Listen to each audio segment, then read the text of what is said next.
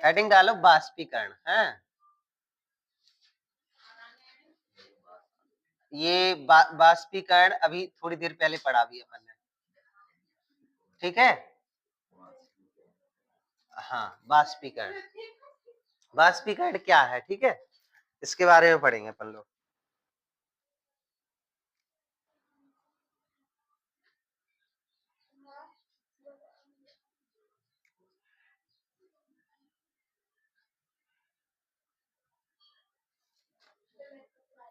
परिभाषा लिखाएं कि समझा दें ऐसे?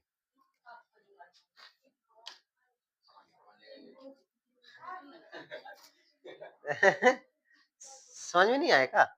अरे देखो, हाँ, जो अपने ही तरह सोचते हैं सबको, खुद को समझ में नहीं आता है तो सोचते हैं कि शायद मनीष को भी नहीं आएगा। देखो क्या है, बाष्पीकरण है जब कोई पदार्थ द्रव अवस्था से गैस अवस्था में बदलता है, ठीक है। जब कोई पदार्थ द्रव अवस्था से गैस अवस्था में बदलता है तो उसे बाष्पीकरण कहते हैं। अच्छा, बाष्पीकरण कब कब होता है? अगर जैसे ताप बढ़ा दो, गर्म करो, तो बाष्पीकरण ज्यादा होता है, ठीक है। और अगर ठंडी जगह हो तो बाष्पीकरण कम होता है।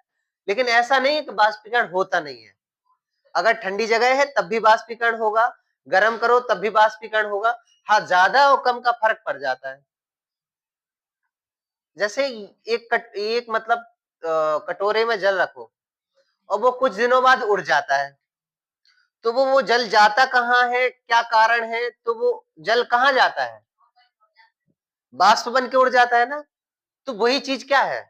बाष्पीकरण है, ठीक है। यानी कि जल का बाष्प बनकर उड़ना बाष्पीकरण कहलाता है ना, ठीक है। अब जैसे जैसे लिखे, इसकी परिभाषा में लिखें, द्रव अवस्था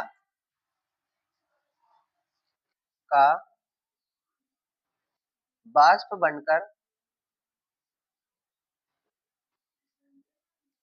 गैस अवस्था में पहुंचना,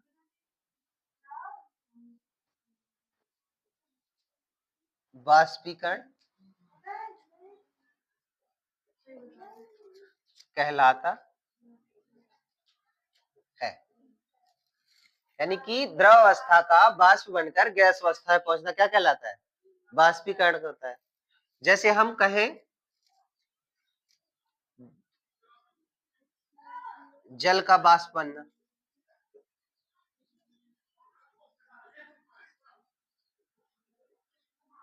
जल का बाष्प बनना, ये जो जल होता है ना, उड़ जाए, गायब हो जाए, तो बाष्प बनकर उड़ जाता है, ठीक है।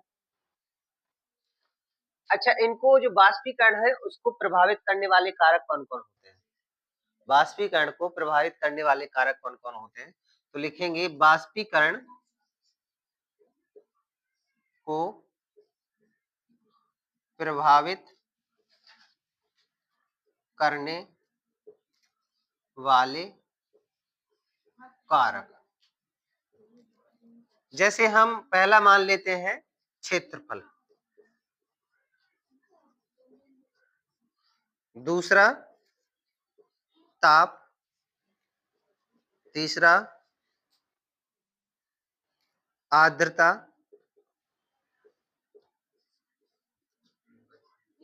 और चौथा क्या हो सकता है? ताप हो गया, क्षेत्रफल हो गया, आर्द्रता हो गया, और चौथा कौन सा होगा इसका? एक और प्रभावित करने वाला कारक होगा इसका, वायु की चाल। क्या हो जाएगा? वायु की चाल। क्षेत्रफल, ताप, आर्द्रता, वायु की चाल। अच्छा, ये बाष्पीकरण को कैसे प्रभावित करते हैं? हमने कहा ये बाष्पीकरण को प्रभावित करते हैं। प्रभावित मतलब होता है इनके साथ इनका महत्व होता है, ठीक है। तो बाष्पीकरण अगर क्षेत्रफल ज्यादा हो तो उसका बाष्पीकरण ज्यादा होगा। मान लो एक लोटे में जल रखो तो बाष्प कम बनकर उड़ेगा, और वही लोटा वाला जल एक थाली में फैला दो, बड़ी सी थाली में, तो क्षेत्रफल ज्यादा हो गया ना उसका, तो वाष्प ज्यादा होगा। यानी कि अगर क्षेत्रफल बढ़ता है तो वाष्पीकरण बढ़ेगा, क्षेत्रफल बढ़ेगा, क्षेत्रफल बढ़ेगा तो वाष्पीकरण बढ़ेगा।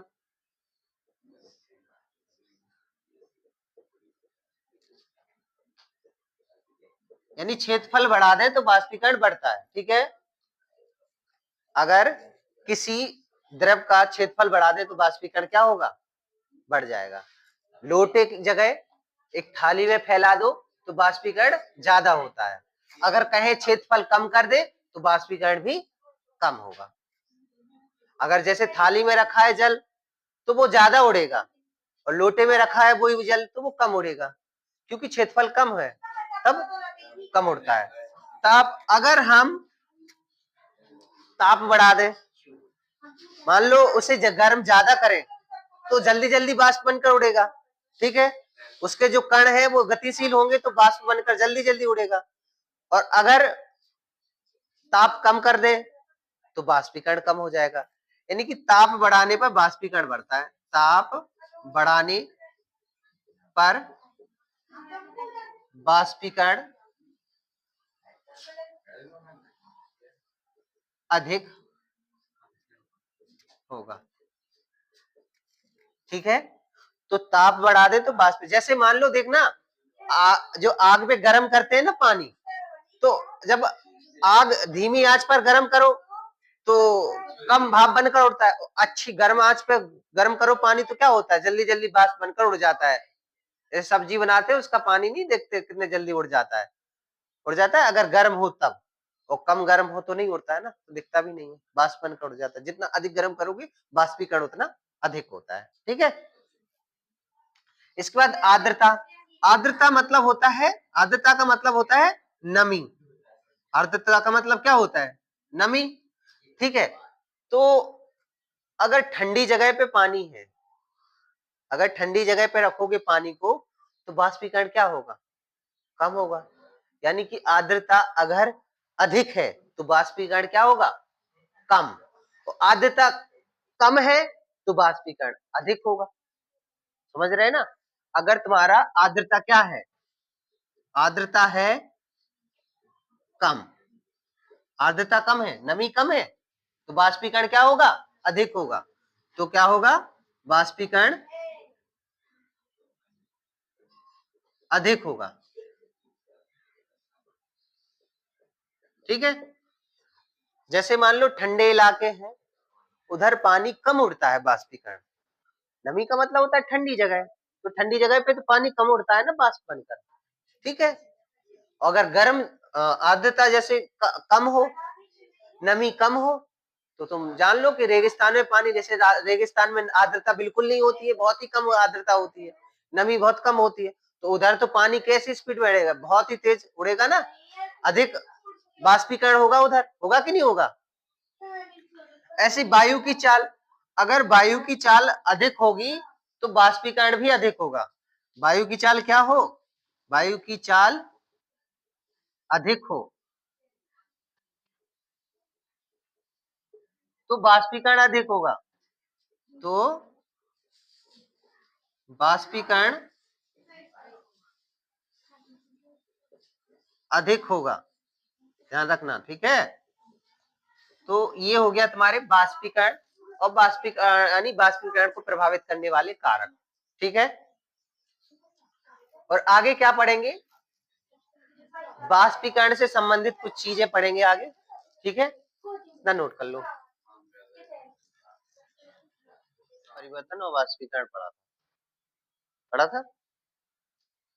अजी वाष्पीकरण के कुछ उदाहरण है, ठीक है। तो वाष्पीकरण कब होता है और कैसे काम करता है, ठीक है। और वाष्पीकरण से क्या आते हैं, शीतलता आती है, वाष्पीकरण से क्या आती है, शीतलता, मतलब ठंडक। जब भी वाष्पीकरण होगा उससे क्या होगा, ठंडक उत्पन्न होगी, ठीक है। वाष्पीकरण का जो पहला उदाहरण, जैसे खुले हुए बर्तन में रखे द्रव निरंतर वाष्पीकरण होता है। यानी कि एक खुला हुआ बर्तन है, मतलब प्लेट में रख दो या फिर लोटे में पानी रख दो तो उसका वाष्पीकरण होता रहता है। 5 दिन, 10 दिन, 20 दिन, 50 दिन में उसका पानी क्या हो जाएगा? उड़ जाएगा। ठीक है? बाष्प बनकर उड़ जाएगा। तो वो क्या होता है? बाष्पीकरण होता है। वो किसके कारण होता है? बाष्पीकरण के कारण होता है। ठीक है? और बाष्पीकरण से क्या होता है? जब अगर बाष्पीकरण होता है तो उससे ठंडक उत्पन्न होती है, शीतलता उत्पन्न होती है। तो ये पहला है कि खुले हुए बर्तन में रखे द्रव निरंतर बाष्पीकृत होते रहते हैं। ठीक है? अगर जितना ही बर्तन खुला होगा तो उतना ही जल्दी बाष्पीकरण हो जाएगा। ठीक है? बाष्पीकरण के लिए ज्यादा गर्मी या ज्यादा ठंडक की कोई मतलब ज्यादा गर्मी होगा तो बाष्पीकरण ज्यादा होगा, धूप ज्यादा होगी तो बाष्पीकरण ज्यादा होगा। जैसे गर्मियों के दिन में बाष्पीकरण ज्यादा होता है। ठीक है? और ठंडे ठंडे वाले दिनों में बाष्पीकरण कम होता है, ध्यान रखना। ठीक है? बाष्पीकरण कम होता है। दूसरा, एसीटोन को हथेली पर रखने पर शीतलता। तो ये किसके कारण होता है? ये बाष्पीकरण के कारण होता है। ये किसके कारण होता है? ये जो होता है ना, बाष्पीकरण के कारण होता है। एसीटोन को हथेली पर रखो तो वो क्या होता है? बाष्प बन के उड़ जाता है। तो उससे क्या है, जब कोई चीज बाष्प बन के उड़ती है ना, तो उसके जो कण है नजदीक आते हैं, और जब नजदीक आते हैं तो शीतलता होती है, उससे ठंडक होता है। ठीक है? ठंडक प्राप्त होती है। जैसे आखिर घड़े में जब पानी रखते हैं ना, तो उसमें कुछ पानी तुम्हारा बाष्प बनकर उड़ता है। घड़े में जब पानी रखते हैं तो कुछ पानी बाष्प बनकर उड़ जाता है, तो उससे क्या है, घड़ा ठंडा हो जाता है, उसका पानी जो है ना ठंडा हो जाता है। तुम देखना, अगर घड़े में पानी भरा हो तो बाहर से थोड़ी पानी की बूंदें गिरती हुई दिखेंगी, बाहर भी गीला हो जाएगा। घड़े में पानी रख दो और फिर सुबह रख दो, शाम के देखो तो क्या होगा, घड़ा थोड़ा बहुत खिसक जाएगा पानी का इधर तक, मतलब थोड़ा बहुत फर्क पड़ेगा। तुम्हें किसी ने पिया भी नहीं है और फिर भी पानी गायब हो जाएगा उसका। तो उससे क्या होता है, बाष्पीकरण से ठंडक होता है। ठीक है? एसीटोन को भी हथेली पर रखे तो शीतलता होती है, वो किसके कारण होती है? बाष्पीकरण के कारण। किसके कारण होती है? बाष्पीकरण के कारण। तेज धूप वाले दिन में पानी का छिड़काव। अच्छा, तेज धूप रहती है जब पानी का छिड़काव क्यों करते हैं? इसलिए करते हैं कि जब पानी छिड़केंगे तो वो पानी बाष्प बनकर तो उड़ जाएगा। तो जब बाष्प बनकर उड़ जाएगा तो बाष्प बनकर कोई पानी उड़ता है तो उससे क्या प्राप्त होती है? ठंडक प्राप्त होती है ना। तो इसीलिए तो गर्मियों वाले दिन में क्या करते हैं? पानी का छिड़काव कर देते हैं। कर देते हैं तो वो पानी जो बाष्प बनकर उड़ जाता है, और फिर जहां से जो पानी बाष्प बनकर उड़ता है उधर के कणों में क्या आ जाती है? ठंडक आ जाती है। तो जब बाष्पीकरण होता है तो ठंडक उत्पन्न होती है। ध्यान रखना, बाष्पीकरण से क्या उत्पन्न होती है? ठंडक। और चौथा है गर्मियों में सूती वस्त्र पहनना। गर्मियों में कौन से वस्त्र पहने जाते हैं? सूती वस्त्र पहने जाते हैं। सूती वस्त्र क्या करते हैं? ठंडक उत्पन्न करते हैं। सूती वस्त्र क्या करते हैं? ठंडक उत्पन्न। क्यों? जैसे गर्मियों वाले दिन में पसीना आता है, पसीना आता है ना, और पसीना को सूती वस्त्र ज्यादा अवशोषित कर लेते हैं, पसीने को सोख लेते हैं। और कपड़ों की अलावा जो होते हैं कपड़े, उनकी अपेक्षा सूती वस्त्र क्या करते हैं? पसीने को ज्यादा अवशोषित कर लेते हैं। और पसीने को अवशोषित करने के बाद बाष्पीकरण होता है उस पसीने का। जब पानी जो पसीना होता है तो वो बाष्पीकरण होता है, उड़ता है। तो वो जब बाष्पीकरण होता है तो बाष्पीकरण से क्या उत्पन्न होता है? ठंडक उत्पन्न होती है। जब कोई जल बाष्पीकरण उत्पन्न मतलब बाष्पीकरण होता है तो उसके कणों में क्या हो जाती है? ठंडक आ जाती है। ठीक है? बर्फीले जल से भरे गिलास के बाहर पानी की बूंद है। ठीक है? तो ये इसलिए होता है, जैसे ठंडा एक गिलास है, उसमें बर्फ भर रखी है। ठीक है? तो उसके बाहर क्या हो जाती है? बूंदें आ जाती हैं। जैसे पेप्सी की बोतल भी लो और दुकान से घर तक लाओ तो उसकी बाहर ना छोटी छोटी बूंदें पानी की आ जाएंगी तुम्हें। अगर वो पेप्सी ठंडी हो तब, अच्छी ठंडी हो पेप्सी, तब उसकी बाहर बोतल के बाहर क्या आ जाती है? बूंदें आ जाती है। हाथ फेरो तो पूरा हाथ गीला हो जाता है, हो जाता है ना। तो जो हवा में जो बाष्पीकरण, जो हवा में जो बाष्प है ना, वायु है ना जी, वो वायु उस ठंडे उससे टकराते हैं ना ठंडे जल से, तो क्या हो जाती है? नमी वाली बूंदें बन जाती है। ठीक है? क्या बन जाती है? बूंदें। ठीक है? क्योंकि अधिक ठंडा पानी क्या होता है? बाष्पीकृत कम होता है ना, बाष्पीकृत नहीं होता है अधिक ठंडा पानी। जब बर्फ की तरह पानी हो तो वो बाष्पीकृत कम होता है। ठीक है? तो इसलिए वो नमी, जो बाष्प है ना बाहर उड़ रही है, अभी क्या है? दिख नहीं रही है, बाष्प उड़ रही है, हवा में तैर रही है। लेकिन वो ठंडे जगह पे जाएगा तो वो बूंद बन जाएगा, पानी की बूंदे बन जाएगा। ठीक है? गर्मियों में मिट्टी के घड़े में जल रखना, ये अभी देखो हमने बताया है। गर्मियों में किस में जल जल रखते हैं? मिट्टी के घड़े में रखते हैं। मिट्टी के घड़े में जल रखते हैं तो क्या होता है, उसकी जो बाष्पीकरण होता है और जो कुछ कण जो जल के बाष्प बन के उड़ जाते हैं, तो उससे क्या होती है, ठंडक प्राप्त होती है। तो एक चीज समझ लो कि जब बाष्पीकरण होता है तो ठंडक होती है। अगर कोई चीज बाष्प बन के उड़ेगी, जल बाष्प बनकर उड़ेगा तो ठंडक देगा। अपन गर्मियों में पसीना आता है, इसके बाद हवा में बैठते हैं, तो हवा में बैठते हैं तो जब हवा लगती है ना, तो ठंडक हो महसूस होती है ना ठंडक महसूस। तो जो पसीना है वो तो बाष्प बनकर उड़ जाता है। जब तक पसीना रहेगा, जब तक ठंडक रहेगी, जैसे ही पसीना उड़ जाएगा, इसके बाद वही हवा तुम्हें काटने को दौड़ेगी। वो बेकार लगने लगेगी हवा, वो गर्म लगने लगेगी हवा। पहले ठंडी लगेगी वो हवा। जब कब लगेगी? जब तुम्हारे पास पसीना होगा, जब तक तुम्हारे पास बाष्प बनता उड़ता रहेगा। और जैसे ही पूरा उड़ जाएगा, सूख जाएगा, फिर इसके बाद वो हवा कैसी लगने लगेगी? गर्म लगने लगेगी, लगेगी ना? ऐसे ही इसके गर्म और शुष्क दिन कूलर अधिक ठंडा होता है।